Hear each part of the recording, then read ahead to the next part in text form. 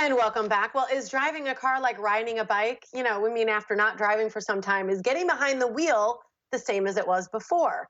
Joining us now to discuss this topic is the publisher of the online resource Before the Wheel. It's Ann Scowling. Good morning, Ann. Good morning. Good morning. Thanks for joining us today. Let's talk about this. I think a lot of us have felt, there's very little driving happening over the past 5 weeks. So we kind of hear this, is it like riding a bicycle? Is that true for driving? It really isn't. Riding a bicycle, the expression, it's just like riding a bicycle, means that you can just get on and it's the same as before.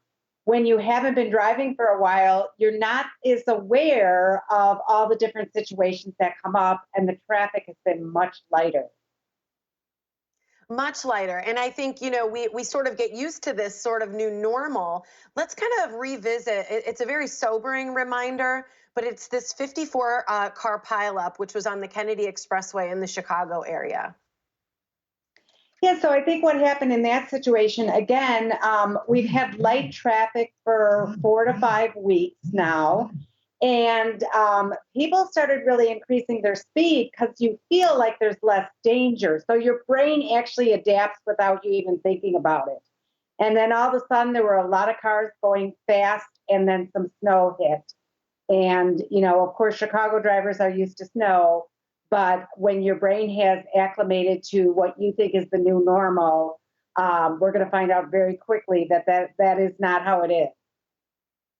Yeah, and hopefully we're done with the snow this year. But that point is really the fact that we need to have our senses awakened at all time and be fully aware and engaged. So, how do you suggest that we practice all of our driving habits? I think, first of all, before we leave the house, we need to realize, hooray, the weather is getting nicer. So, on that note, there's going to be more pedestrians, more joggers, more bicyclists, more motorcyclists, scooters, and we really need to be aware. So, looking left and right, anticipating situations that may come up. It's true. I've seen it already. More bikers, more, people on motorcycles, hikers, like you mentioned. I'm glad you said all those because it's true that, there are more people outside and getting outside and being active. And if we're not fully aware, we're not going to see that. So we have to build up our alertness, is really kind of what you say. How about texting and electronics while we drive? Because a lot of people are using apps. I use maps oftentimes when I drive. And so you're glancing at where you're going. Right. So I think the important thing with maps, and I don't know if all of them are the same, but you can review your route before you even start. So before you push that start button, they usually have a route.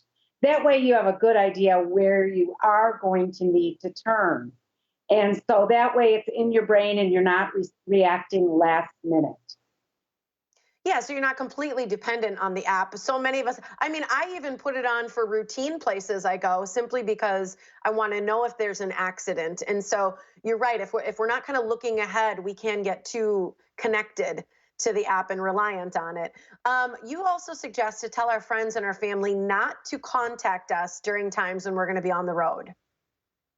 Yes, and that's the thing is sometimes I call somebody and they're like, "Oh yeah," and I'm like, "Oh, you sound a little funny. Oh, I'm going through a tunnel.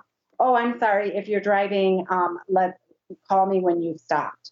Because really, talking and driving, our brain does not work that way. The conversation's more interesting than the mundane road, and that's where our brain is going to go.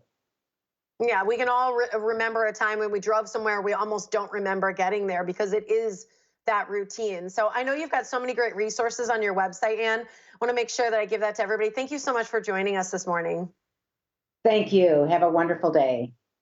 Appreciate it. And here's Anne's website. It's beforethewheel.com. Great conversation pieces for teens, tweens, and reminders for all of us as adults as well.